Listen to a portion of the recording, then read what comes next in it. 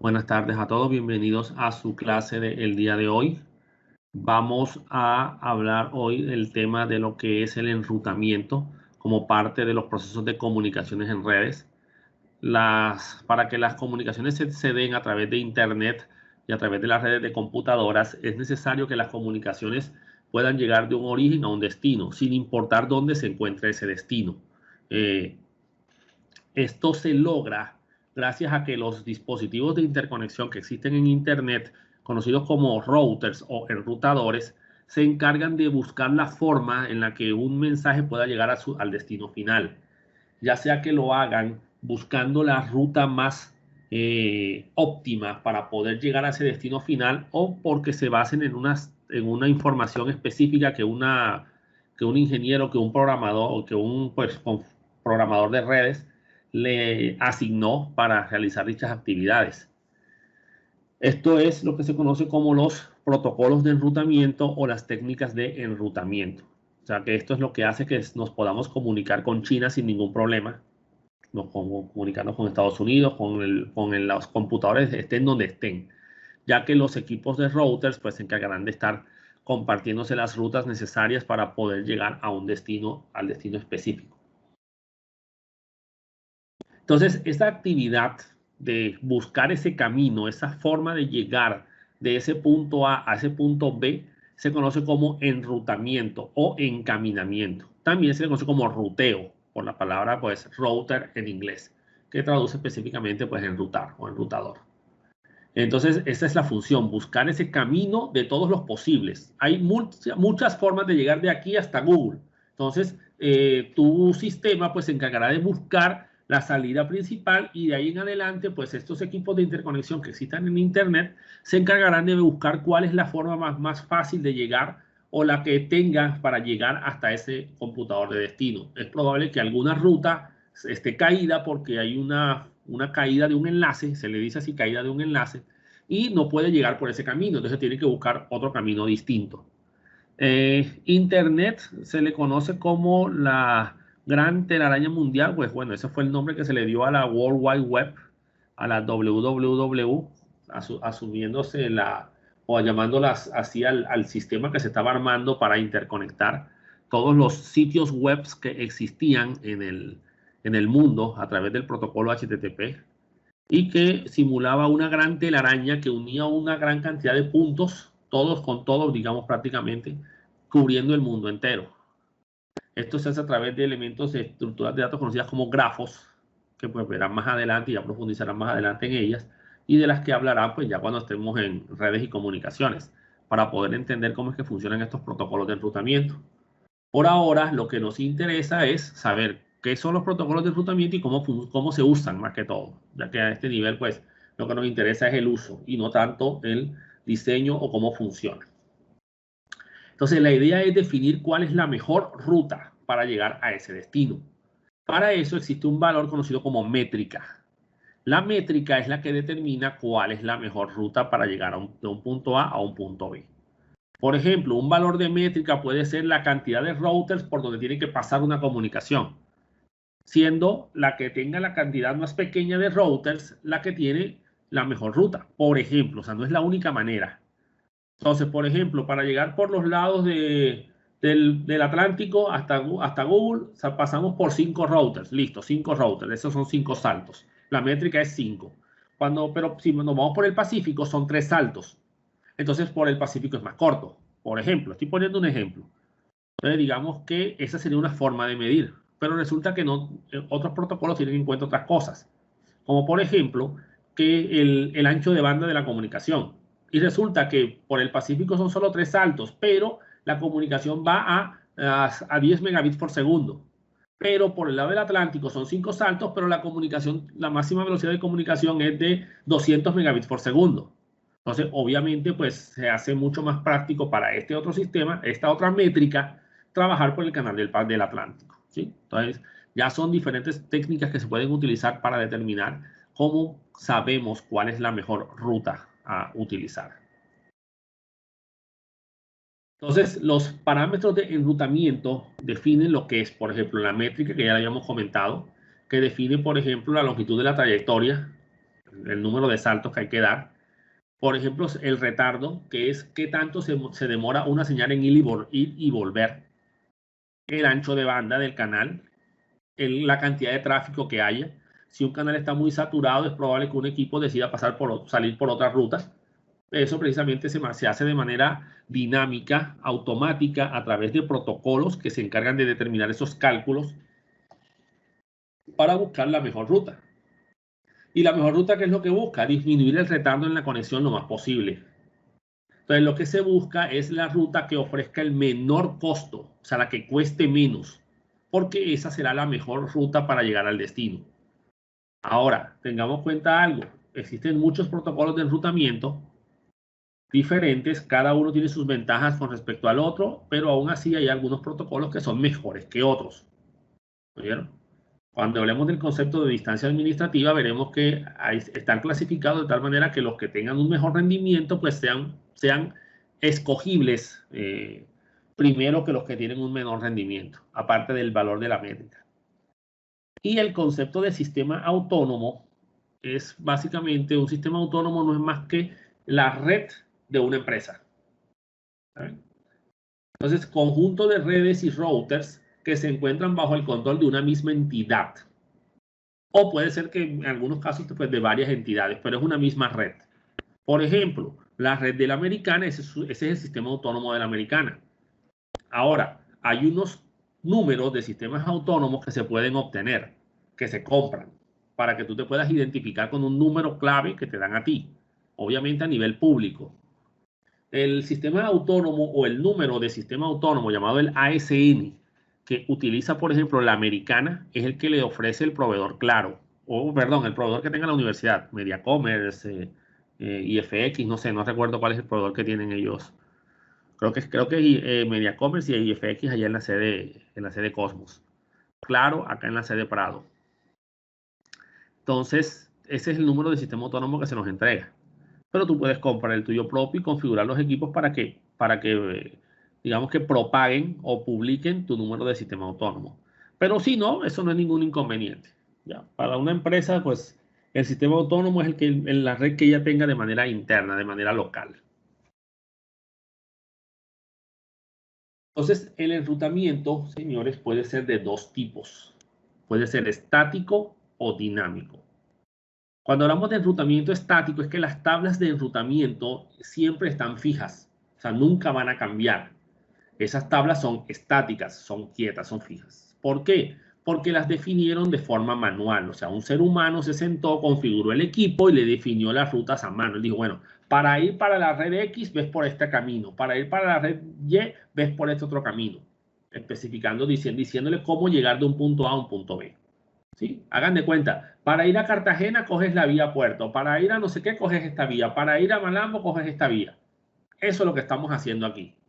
O sea, físicamente le estoy diciendo, estas son las rutas que tú tienes que seguir y tienes que respetármelas, por favor, porque yo soy el que manda aquí.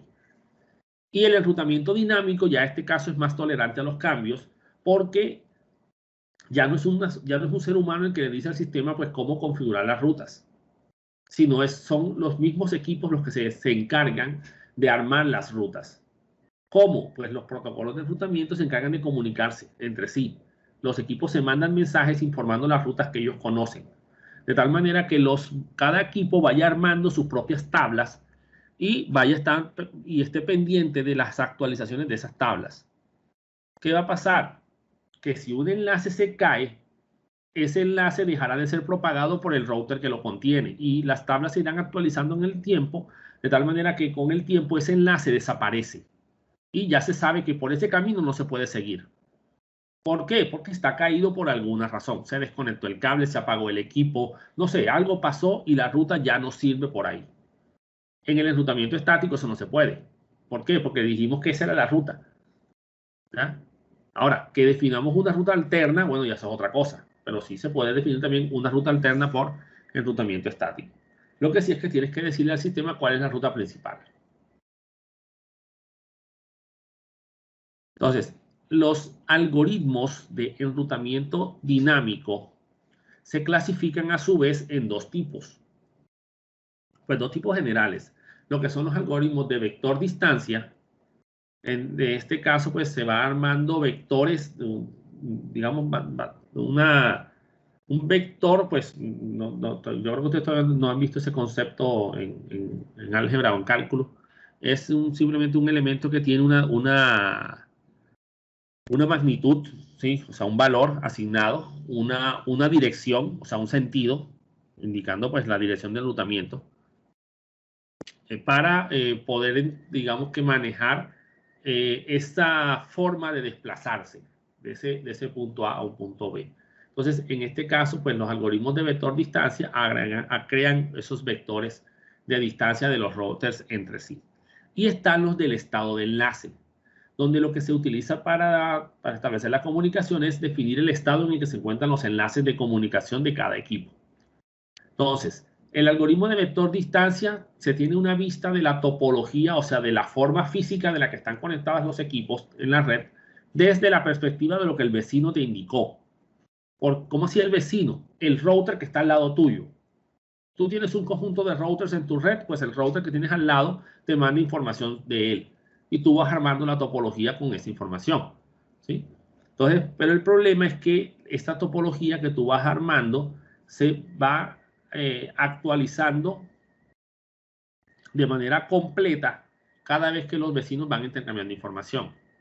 Por eso se dice que los algoritmos de vector distancia pasan las tablas completas a todos sus vecinos. En cambio, los de estado de enlace, lo que pasan son las actualizaciones, lo que los hace un poco más óptimos con respecto a esta parte. Entonces, los algoritmos de estado de enlace consiguen una vista común de la topología de la red. O sea, ellos arman toda la topología completa de la red, no solo desde la perspectiva del vecino, sino toda la red completa la manejan ellos de manera automática. Eso implica que se pierde un tiempo mientras se arma toda la estructura. En este caso, pues acá se añaden vectores para determinar la distancia a cada router y se determina la distancia más corta basado en los valores de estos vectores respectivos. Acá pues se calcula la ruta más corta hacia todos los routers de manera a medida que se va armando la topología. Hay frecuentes actualizaciones dentro de los vectores distancia, o sea, constantemente están mandando mensajes. En cambio, los de estado de enlace solamente mandan mensajes cuando hay cambios dentro de la red, lo que hace que la convergencia acá sea un poco más rápida y que haya menos mensajes de control. Ya que en vector distancia, como hay mensajes frecuentes en todo momento con las tablas completas, pues digamos que la convergencia es un poco más lenta dentro de este sistema. La convergencia quiere decir cuando ya se tiene toda la información completa. Y como dijimos, el de vector distancia pasa todas las tablas de enrutamiento enteras. Así ya tú tengas esa información, no importa, él te la vuelve a pasar cada cierto tiempo. Mientras que los de estado de enlace solo lo mandan solamente cuando hay actualizaciones. Cuando cambió algún enlace, entonces hay que actualizar esos estados de los enlaces. Por eso se le llama precisamente así, de estado de enlace. Entonces son los dos tipos de protocolos de enrutamiento dinámico. Entonces, aquí tenemos una lista de algunos protocolos de enrutamiento, los más comunes, los más utilizados. RIP es uno de los más conocidos. Digamos que no es actualmente de los más usados, pero es uno de los más simples. Fue prácticamente casi de los primeros en salir. Debido a eso, pues es muy conocido y muy utilizado. Bueno, ya ha sido desplazado por OSPF, pero digamos que todavía se utiliza en redes internas. Tenemos que existen protocolos que son protocolos con clase, los más antiguos. Cuando se dice con clase, señores, se refiere a que son de tipo classful, que en inglés traduce clase completa. Básicamente quiere decir que el sistema utiliza las clases de redes, o sea, las redes clase A, las redes clase B y las redes clase C.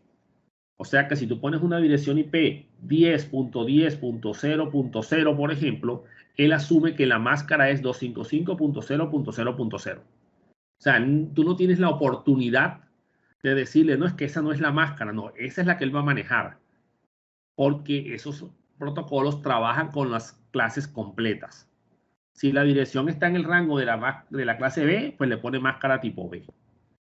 Digamos que esa es la particularidad de estos protocolos. Ya estos no se usan, ¿oyeron? Aquí tenemos el protocolo RIP versión 1. Ya no se recomienda trabajar con versión 1. Se puede, pero no se debería. IGRP, ahorita hablamos de cada uno de estos protocolos, estos son solamente los nombres. Y EGP, por ejemplo, que es el protocolo de Gateway Exterior. Eso es algo también de lo que vamos a hablar ahorita. Los protocolos sin clase, ya por ejemplo RIP versión 2, ya son protocolos de enrutamiento, señores, que no manejan clases o por lo tanto no amarran la máscara a la dirección IP. Obviamente, en la época en la que salió RIP y en la que salió IGRP, todavía existían las clases de forma obligatoria. Así que, obviamente, tenían que trabajar de ese tipo classful. Cuando surgió RIP versión 2, ya el concepto de las clases había desaparecido, ya dejó de utilizarse y ya se podía utilizar cualquier máscara sobre cualquier red. A este tipo de protocolo se le conoce como classless, ¿sí? Así como wireless es sin cable, aquí es classless, o sea, sin clases. Y algunas versiones para protocolos que manejan IP versión 6, que es en este caso pues RIP NG o RIP de nueva generación. EIGRP, que es la mejora de IGRP, o SPF, que es uno de los más utilizados. Y BGP, por ejemplo, que es el que usan los proveedores de servicios de Internet para las conexiones en Internet a través de redes WAN.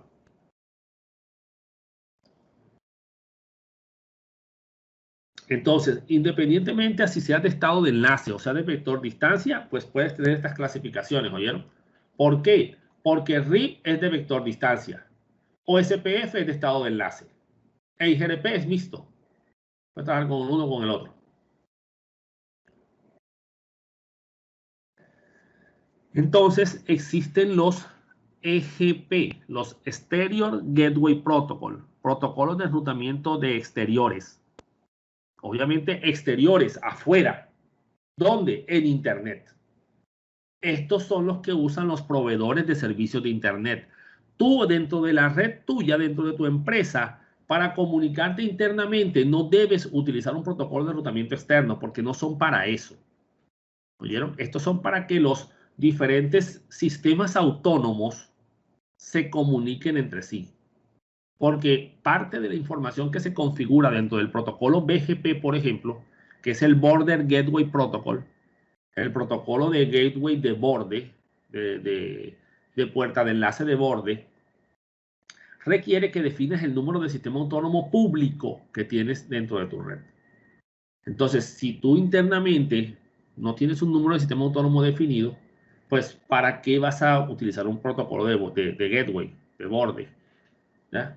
Entonces, el BGP es el protocolo que utilizan en la actualidad los proveedores de servicios de Internet para comunicarse entre sus diferentes sedes y entre otros ISPs, entre otros proveedores de servicios de Internet. O sea, Metrotel con Claro, contigo, con Movistar, todos se comunican con todos, compartiéndose sus rutas.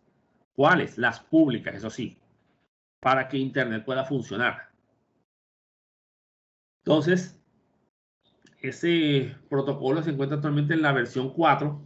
Se le han implementado mejoras continuas para optimizar un poco el rendimiento y la seguridad del protocolo, pero digamos que la última versión, que es la versión 4, se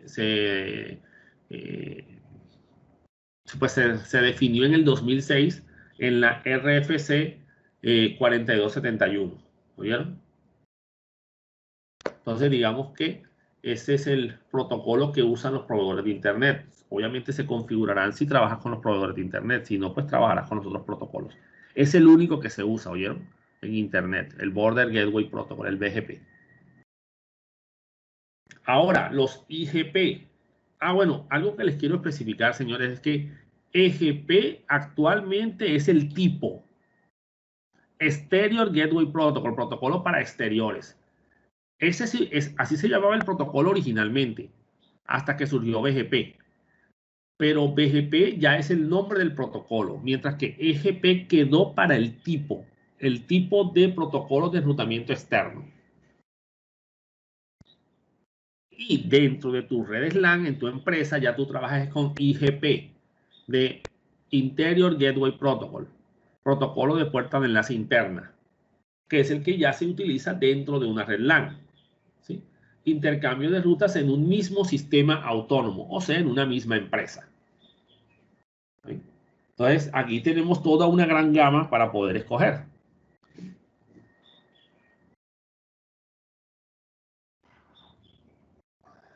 Bueno, RIP es uno de los protocolos más conocidos. Las RIP son las siglas de Routing Information Protocol, protocolo de información de enrutamiento. Es un protocolo de vector distancia, ¿vieron? O sea, que arma vectores de distancia para establecer las rutas. La métrica que usa RIP para determinar la ruta más corta, señores, es la del límite de saltos. O sea, por cada router por donde estés pasando. Cada vez que pasas por un router, el valor de métrica se incrementa en 1. ¿Listo? O sea que si la conexión con Google, por ejemplo, está a 6 routers de distancia, la métrica será 6. Eso sí, hay una limitante aquí para el número de saltos y es que con RIP no se pueden superar los 15 saltos. O sea que si mi comunicación está más allá en un router que está a 16 saltos del mío, no lo voy a poder alcanzar. ¿Oyeron? Claro que en un enrutamiento interno, señores, que haya 15 rutas, 15 routers distintos que sobrepasar, pues ya digamos que es un poco exagerado. Hay que reevaluar esa red porque tenemos demasiadas rutas ahí armadas. Porque estoy hablando, obviamente RIP no se usa en Internet, RIP se usa dentro de tus redes LAN. Por eso lo digo. Ahora, RIP versión 1, como les dije, es classful, o sea, usa las clases completas. RIP versión 2 es classless, o sea, sin clases. Y RIP NG es el que se usa para IP versión 6.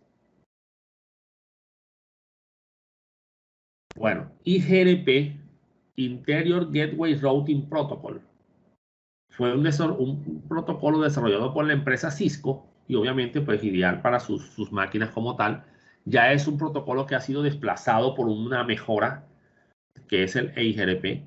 Es un protocolo de vector distancia, pero también funciona como estado de enlace.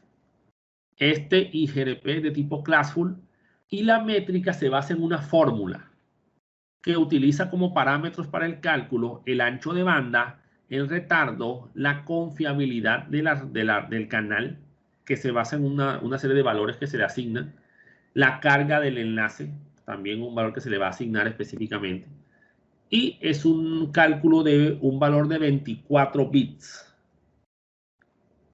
Entonces, entre más, digamos que más alto del valor acá de métrica, pues mayor será la confiabilidad de esa ruta.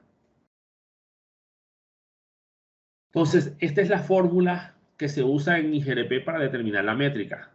Unos valores definidos como valores constantes K, que son K1, K2, K3, K4 y K5, y se hace basado en esta fórmula. K1, que por defecto, estos valores se pueden cambiar, es 1, multiplica el ancho de banda. El ancho de banda se calcula, el equipo lo calcula según el tipo de enlace. K2, o tú también se lo puedes definir, hay un parámetro que se llama bandwidth para definir el ancho de banda de un enlace. Más K2, que por lo general es 0, y al ser 0, al multiplicarlo por el ancho de banda da 0, obviamente, entre 256 menos el valor de la carga, que puede ser un valor que vaya desde 0 a 255. Más K3 por el retraso. ¿Listo? K3 es 1 por defecto. O sea que el retraso es ese tiempo que demora un mensaje en ir y volver. Y a su vez ese valor se multiplica por K5, que es 0, entre la fiabilidad del canal, que es un valor que va de 0 a 255, siendo 255 que el canal es 100% confiable. O sea, no se cae, tiene buena capacidad, todo lo demás. Más un valor de K4 que es 0. Entonces, si nos ponemos a resolver esa fórmula, digámoslo así, esas expresiones de unos y ceros para los valores de K, nos damos cuenta que, por ejemplo, aquí queda 1 por ancho de banda, o sea que aquí queda ancho de banda, más K2 que es 0, o sea que al multiplicarlo por ancho de banda queda 0, y al dividirlo entre esto queda 0. ¿Sí? Porque cualquier número 0 entre cualquier número es 0. O sea que por ahora vamos con ancho de banda. Más K3 que es 1 por el retraso, o sea que ya llevamos ancho de banda más el retraso. Pero ese retraso hay que multiplicarlo por K5, que es 0. Entre la fiabilidad más K4, que es 0 también. ¿Sí? Entonces, ¿qué pasa aquí? Que esto va a dar 0. Al multiplicarlo por el retardo te da 0. O sea que los valores por defecto para la métrica en IGRP se basan en el ancho de banda. Ahora, si tú definiste los valores de fiabilidad de un enlace y de carga y quieres que se utilice el retardo, por ejemplo, tú puedes cambiar los valores de K2, de K3, de K4, tú los puedes cambiar. Para eso tú defines dentro de la configuración del protocolo, defines esos valores. Si no los defines, pues se usan estos valores por defecto. Y lo único que va a importar es el ancho de banda del canal. IGRP es una mejora en ANSET que es pues mejorado, en ANSET Interior Gateway Protocol, o sea, protocolo de gateway interior mejorado. Faltó la palabra routing ahí en la mitad entre gateway y protocol. Es un protocolo de vector distancia y también de estado de enlace, que mejora la convergencia y tiene mayor eficiencia que IGRP. Es más, la métrica de IGRP es de 24 bits, mientras que la de IGRP es de 32. O sea, permite más valores. ¿Sí? Y los valores son más grandes. Entonces, en este caso, la fórmula para determinar la métrica de IGRP es la misma fórmula de IGRP, pero multiplicándola por 256. ¿Cuál es la finalidad de hacer esto? Sencillo. Como esta es más eficiente, la idea es que esta siempre se escoja primero que IGRP. Y por eso se le multiplica por 256. En parte porque la capacidad del canal, que es de 32 bits, pues se logra con esos 256 valores adicionales que se le están enviando, se le está manejando aquí. Pero la fórmula es la misma. OSPF es Open Shortest Patch First, o sea, algo como la ruta más corta primero. Es un protocolo abierto de estado de enlace. El algoritmo el algoritmo para el cálculo de la ruta más corta que utiliza es el algoritmo de Dijkstra. Ese es un algoritmo para buscar la ruta más corta en un grafo, ¿sí? En una estructura gráfica de nodos conectados por diferentes enlaces, o sea, cómo funciona Internet. Es el que más se usa en redes grandes porque es muy organizado. Tú puedes dividir la red en áreas, lo que te permite controlar que los mensajes de un área no pasen a las otras áreas sin ningún problema, para saturar digamos que la red demasiado. Es de tipo classless, desde que surgió es tipo classless, o sea, sin clases. Y la versión 3 soporta IP versión 6. Y como les dije, puede tomar un sistema autónomo y dividirlo en áreas. IS es sistema intermedio a sistema intermedio. También es un protocolo de estado de enlace. Digamos que pues sí sé que todavía existe, nunca lo he usado la verdad, pero sí sé que todavía existe. Y se basa en lo que es el tipo de servicio para poder identificar digamos que la priorización del tráfico como tal. Por eso se dice que él puede trabajar también en capa 2. Y también usa el algoritmo de Dijkstra para el cálculo de la ruta más corta. Por ahora estos algoritmos no nos interesan, ¿oyeron? Porque para que entiendan bien esta parte, pues hay que hablar un poco de lo que son grafos. Y eso lo ven ustedes en estructura de datos ya de la electiva. Bueno, cada protocolo de enrutamiento tiene sus valores de métrica y ellos los calculan. Entonces, si tengo un enlace, ¿verdad? Tengo un router que tiene dos enlaces a internet, por ejemplo, dos salidas distintas. Una que va por la dirección 00 y el otro va por la dirección 01. ¿Listo? Y resulta que el de la dirección 00 tiene una métrica de 10 y el de la dirección 01 tiene una métrica de 5. ¿Listo? Y estamos basados en que la métrica más corta es la que se usa, la que se utiliza. Bueno, listo. Se va por acá porque ambos están usando RIP, por ejemplo. Pero ¿qué pasa, señores? ¿Cómo hacemos para tener una decisión clara cuando tenemos por un lado por un enlace RIP y por el otro OSPF? Porque tenemos otro protocolo. Allá por OSPF es el ancho de banda lo que se mira. Entonces, si se mira el ancho de banda y el ancho de banda es de 100 megabits por segundo, por ejemplo, para ese canal, tenemos una métrica de 100. Pero acá tenemos una métrica de 5. Pero es que esta métrica de acá es número de salto. Entonces, ¿cómo podemos comparar un número de salto contra un ancho de banda? Y ahí viene un problema práctico. O sea, no podemos comparar esas métricas. Entonces, ¿qué pasa cuando tenemos dos diferentes algoritmos por diferentes lados? Sencillo, hay otro concepto que se tiene en cuenta ya para tomar la decisión. Ya no va a ser la métrica, sino que va a ser la distancia administrativa.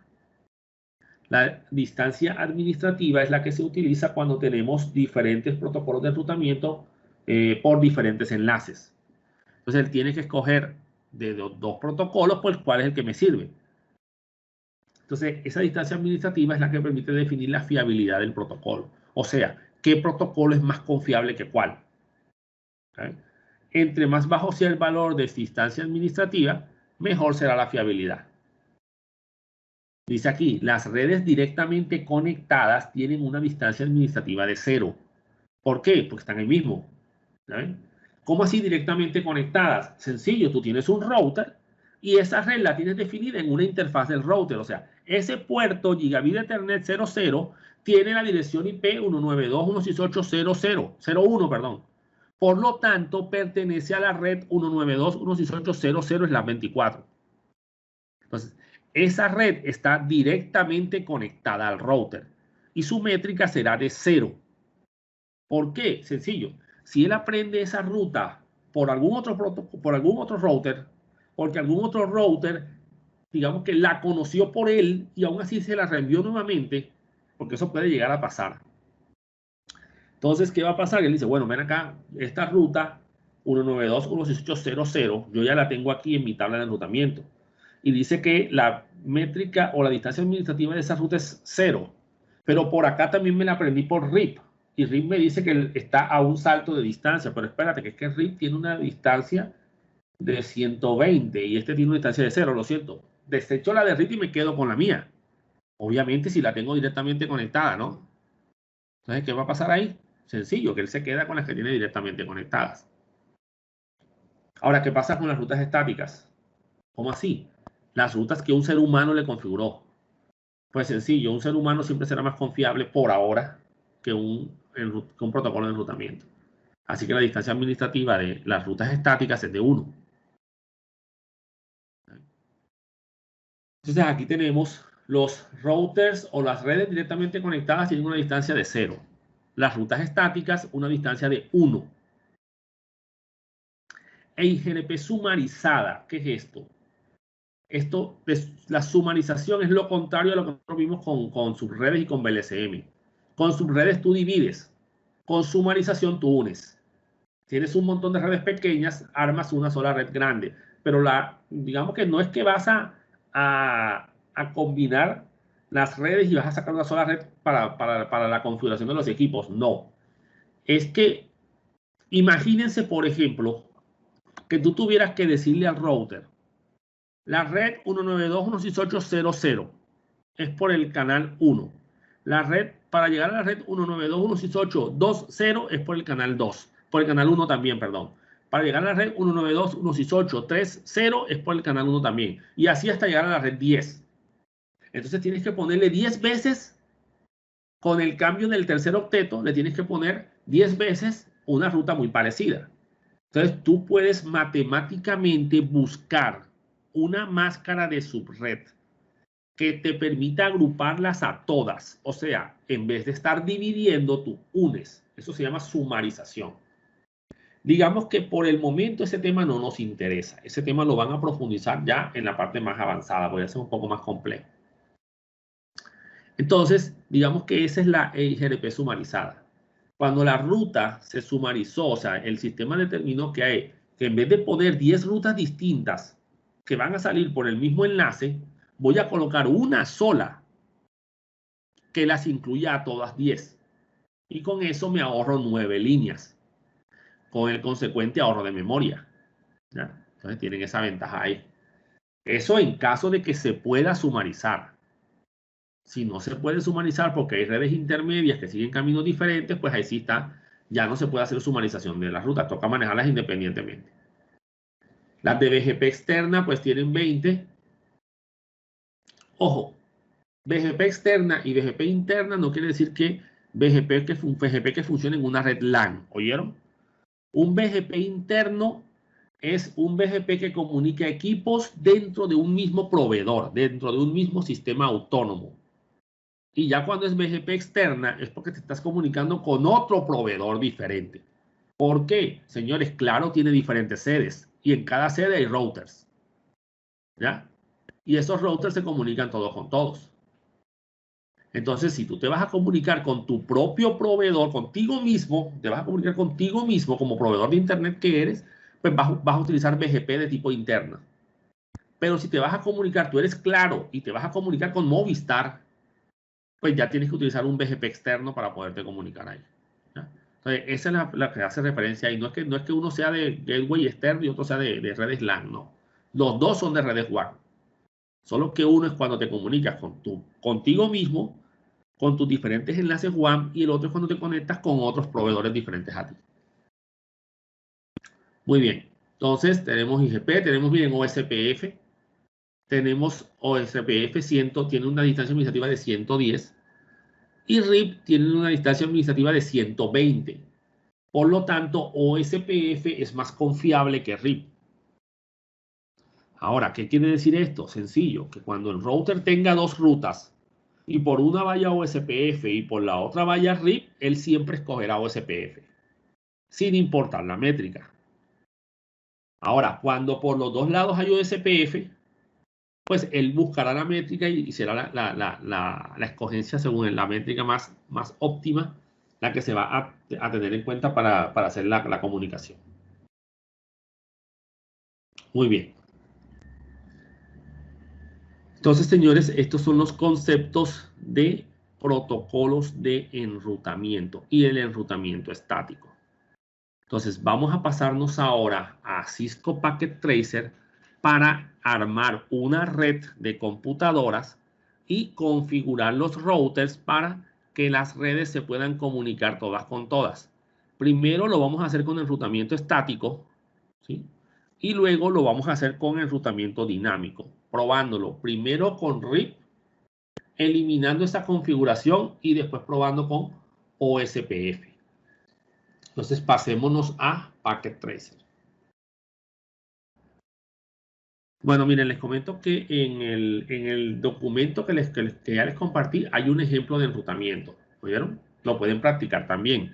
El que quiero que practiquemos es un poco más complicado. Vamos primero que todo a escoger los routers 1941. Estos que están aquí. ¿Vieron? Vamos a seleccionarlo aquí y lo ponemos aquí en el primer enlace, la primera parte. Luego cogemos otro, lo ponemos aquí en la mitad. Y el otro lo ponemos de este lado. Entonces, vamos a tener 3 routers que configurar.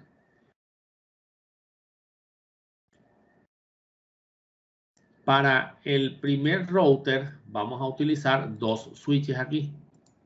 Este de acá y este de acá. Cada uno va a ir a una red diferente. Para este router 1 vamos a crear una sola comunicación hacia acá arriba. Vamos a ponerlo para arriba.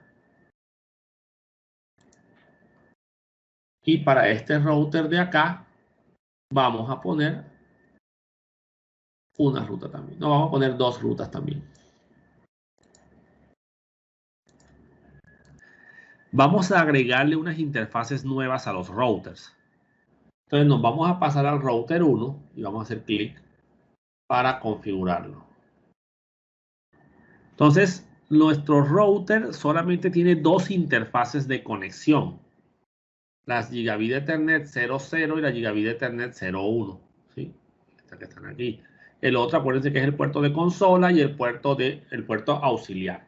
Entonces tenemos que agregarle unas tarjetas de comunicación. Vamos a agregarle, señores, unas tarjetas de tipo serial. Unas tarjetas que ya no se usan, pero para que veamos cómo es el proceso de configuración de este tipo de tarjetas. Esas son las HWIC 2T.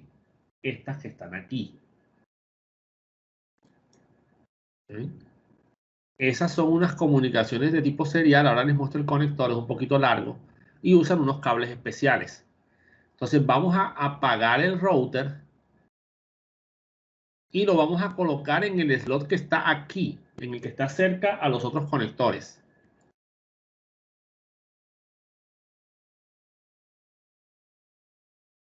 Entonces, miren que la pusimos acá. Tiene que ser acá para que las tarjetas tengan el nombre que yo voy a usar también, ¿oyeron? Si lo colocan de este lado, las tarjetas quedan con otro nombre distinto. Y con eso, bueno, el otro vamos a ponerle un cover, que es una cubierta, una tapa. ¿No? Que para que no se le metan los ratones. Y encendemos la interfaz.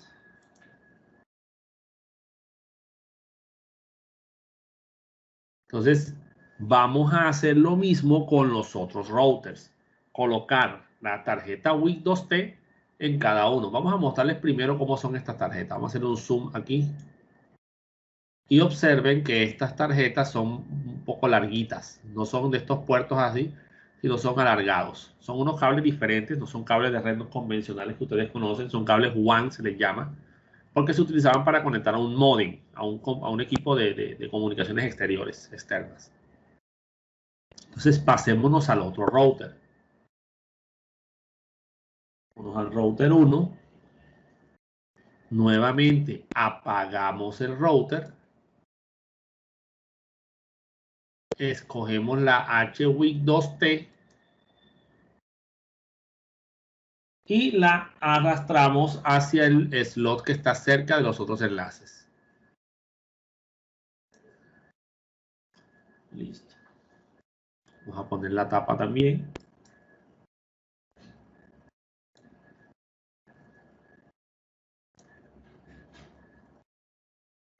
Y encendemos.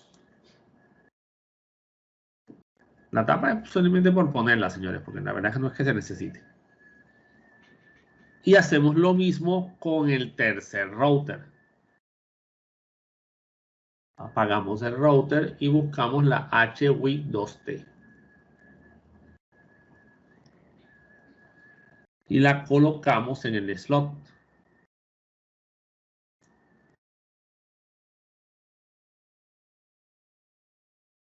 Pongámosle la tapa también.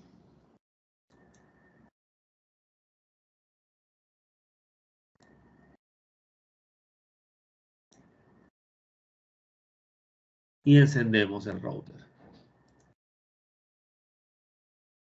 Y listo, señores.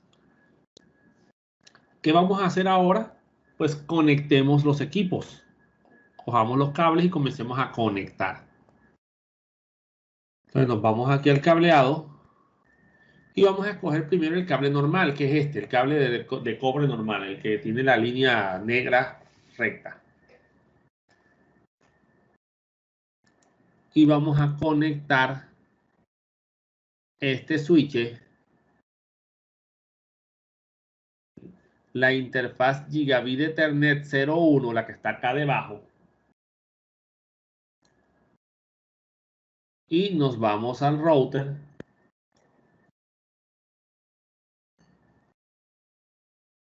Y escogemos la interfaz Gigabit Ethernet 00. Está hacia arriba, escojo la primera. Lo mismo, clic aquí. Escogemos la interfaz Gigabit Ethernet 01. Y en el router escojo la otra interfaz Gigabit Ethernet que él tiene. Esta. Miren que acá debajo están las seriales, las que pusimos ahorita. Gigabit Ethernet 01, la que va hacia abajo. Ahora vamos para el router de la mitad. Otra vez el cable de cobre normal. Y conectamos aquí.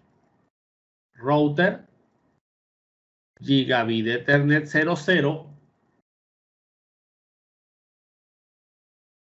Switch Gigabit Ethernet 01.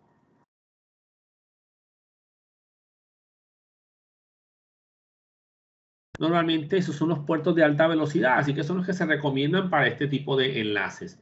Los que son de otra velocidad, pues que son los Fast Ethernet, se utilizan para los equipos.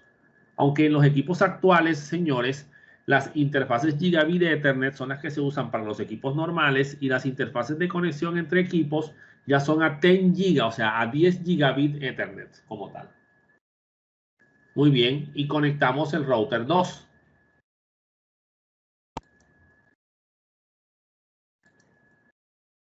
Router Gigabit Ethernet 00 hacia arriba, el primero que él tiene, contra Gigabit Ethernet 01, porque el switch no tiene 00. Y luego la otra interfaz Gigabit que queda, Gigabit Ethernet 01, y el switch Gigabit Ethernet 01. Los switches no los vamos a configurar por ahora, porque vamos a configurar el enrutamiento, vamos a configurar los routers. No hemos puesto los PCs, falta poner los PCs también. Muy bien, ¿qué vamos a hacer ahora? Conectar los routers entre sí. Entonces, para eso, no podemos utilizar este enlace en cobre porque este es el RJ45 que nosotros ya conocemos. Ese utiliza un cable distinto, que es este cable que está aquí. El cable DCE. ¿Ya? El serial DCE. En realidad hay dos tipos de cables aquí, DCE y DTE. Estas son comunicaciones seriales, señores, y exigen que uno de los dispositivos maneje la frecuencia de comunicación. O sea, defina qué frecuencia van a utilizar para comunicarse. ¿Por qué? Porque aquí la frecuencia es variable, depende del módem que se utilizara. Pero como no tenemos módems, uno de los routers se va a encargar de definir la frecuencia de comunicación. Entonces, ¿cómo sabemos cuál tiene que definirla? Sencillo. En el caso de Cisco Packet Tracer, será el equipo que conectes primero. Entonces, yo voy a querer, señores, que este router de la mitad sea el que maneje las frecuencias para este lado y para este lado. O sea, que él mismo maneje todas las frecuencias de comunicación. Entonces voy a coger aquí el cable DCE, el que tiene el relojito aquí dibujado, y voy a conectar desde aquí la interfaz serial 000, o sea, la primera. Miren que todavía tengo una gigabit de Ethernet desocupada, pero esa no la voy a utilizar. La serial 000, y acá contra el router 0 de acá, el primero, también la serial 000.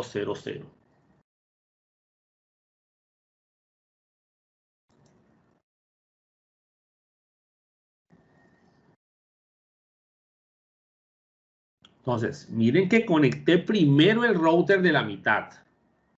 Si lo hice al revés, pues ya me toca reorganizar el reloj porque ya el reloj no lo puede tener este equipo, sino tiene que tener este de acá.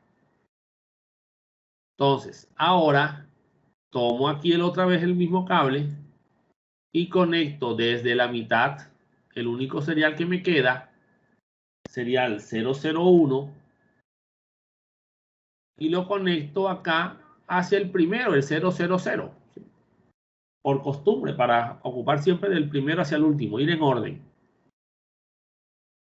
Si me ubico sobre el cable, voy a notar que el router de la mitad en la serial 001 tiene un relojito dibujado, lo que me indica que él es el DCE, él es el que maneja la comunicación. Y si me ubico de este lado, veré que ahora es el serial 000 el que tiene el relojito. ¿Sí? Indicando pues que este señor maneja el reloj para este enlace y para este enlace de acá también. Porque cada enlace tendrá su reloj. Ahora, ¿qué frecuencia hay que utilizar? Pues de las que maneje él. 9600, por ejemplo, podemos utilizar para definir la frecuencia de comunicación a través de este cable. El otro router sabrá eso porque el de la mitad le dirá, hey, vamos a trabajar a 9600 Hz, ¿oíste? Ah, listo, gracias. Lo tendré en cuenta. Con los otros enlaces en cobre normales, eso no hay que hacerlo. ¿Listo? De salida, las conexiones Fast trabajan a 100 MHz. Así que no hay que definir frecuencia porque ya se sabe cuál va a ser. Muy bien, nos faltan los PCs, señores. Vamos a agregarlos. Entonces nos vamos aquí a End Device y dibujamos los PCs. Vamos a poner, digamos que uno por cada red. Uno aquí, Cada PC va a representar un conjunto de computadores de una misma red. ¿Oyeron? La idea es que las diferentes redes se puedan comunicar todas con todas. Muy bien, conectemos los PCs, señores. Para eso debemos usar el cable de red normal. Entonces vámonos a los cables otra vez. Muy bien, entonces cogemos el cable negro, el normal, el cable de cobre normal. Y comencemos. Fast Ethernet de acá.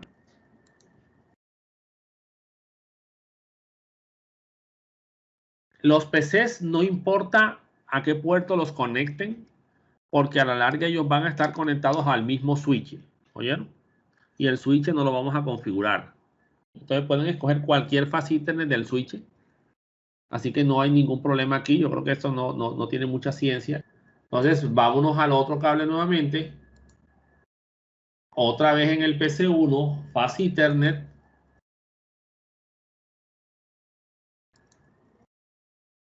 Y en el switch, pues cualquier Fast Ethernet que haya ahí. Vamos a coger este 020, no importa. La idea es que esté conectado. Ahora lo puedo conectar a un gigabit. También lo puedes conectar a un gigabit. Pero recuerden que los puertos gigabit son los de alta velocidad que normalmente se dejan para las conexiones troncales. ¿Sí? Las que conectan las redes y todo esto. Por eso se van hacia los routers. Y repetimos con el PC2.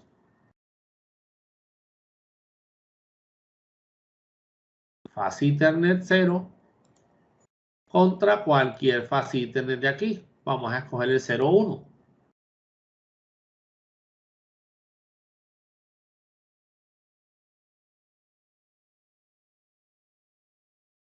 Otra vez.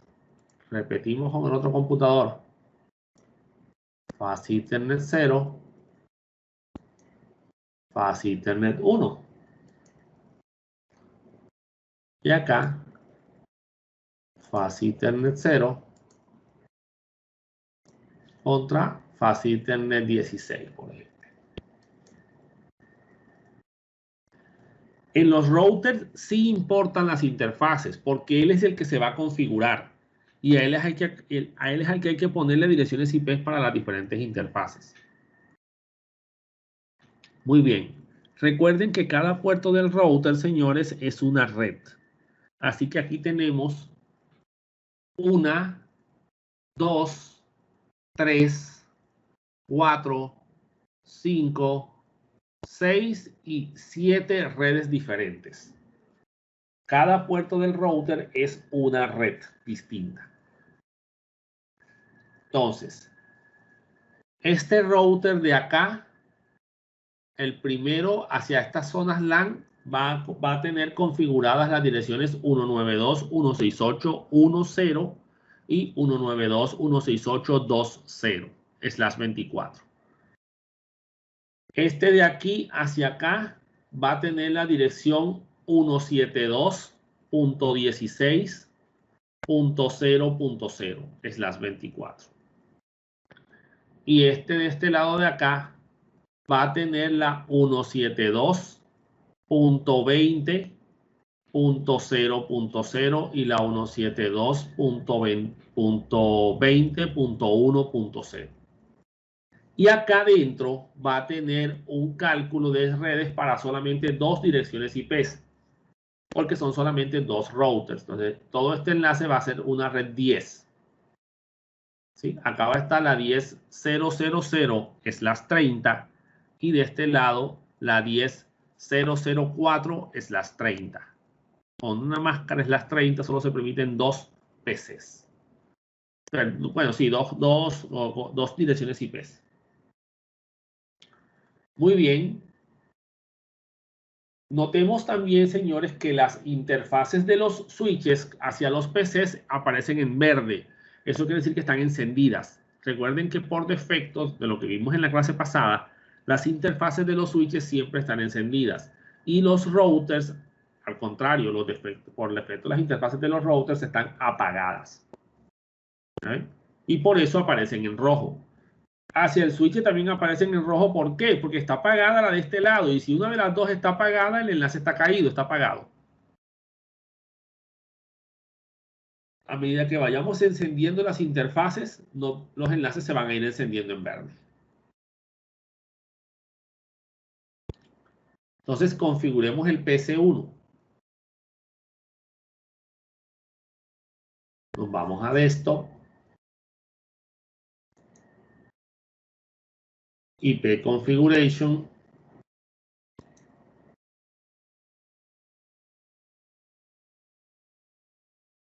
Y dirección IPv4.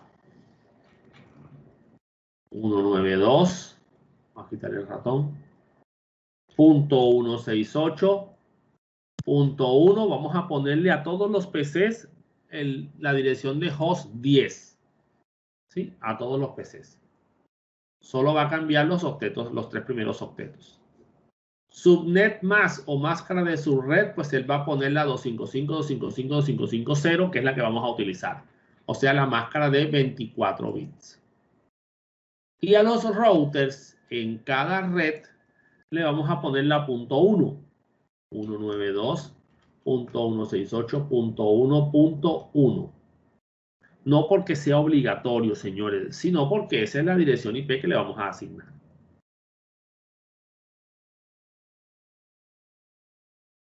Esa es la que le vamos a poner al router. Todavía no lo hemos hecho, pero es la que se le va a colocar cuando se configure la interfaz de red.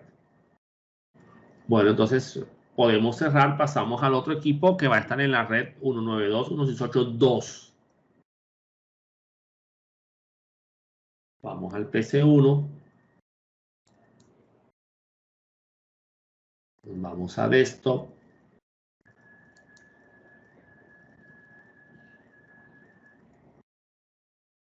IP Configuration.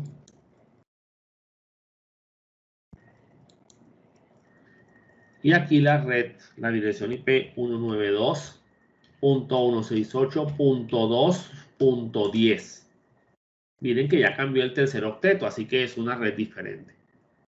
Máscara, pues la que él coloca es la de tipo C, está bien. Esa es la máscara correcta que quiero ponerle al equipo. Y la puerta de enlace 192.168.2.1. Porque tiene que estar en la misma red en la que estamos nosotros. DNS no vamos a configurar en estos momentos. Pasamos al otro PC. Al PS2. Lo mismo, Desktop. IP Configuration.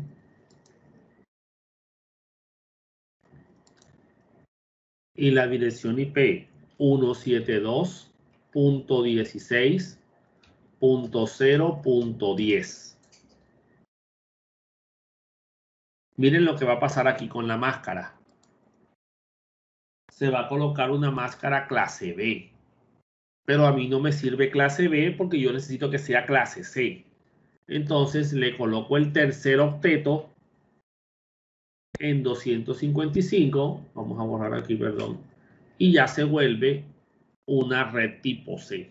Porque ya permite los tres primeros octetos como dirección de red. Y la puerta de enlace 172.16.0.1.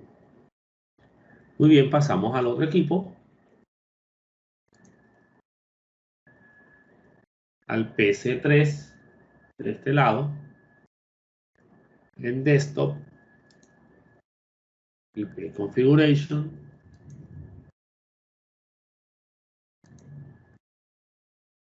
.172.16.20.10. Le dimos que iba a estar en una red diferente a la anterior. Nos pasamos y hacemos lo mismo con la máscara, la volvemos de tipo C.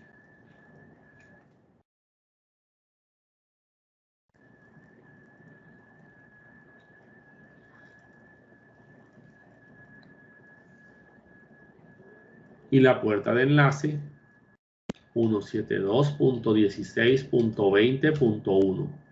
Listo, pasamos al último equipo. el PC4, desktop y pre-configuration. Y aquí vamos a quitar el ratón. 172.16.21.10. Miren que siempre estamos cambiando el tercer octeto.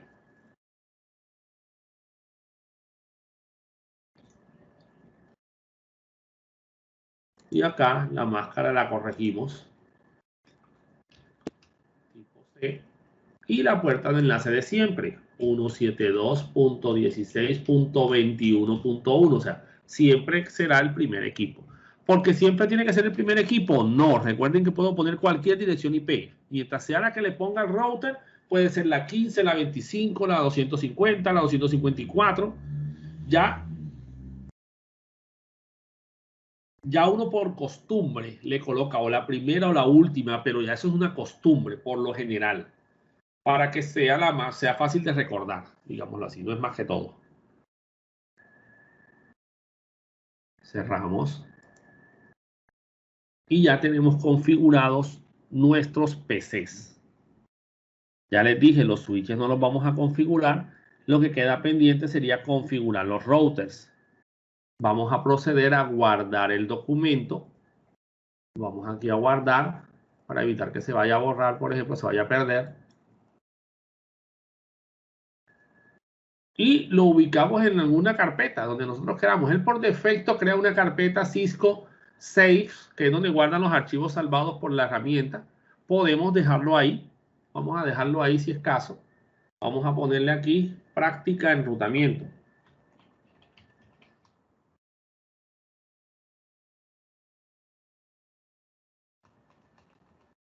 Si ustedes le quieren poner otro nombre, listo, pongan el nombre que le quieran poner.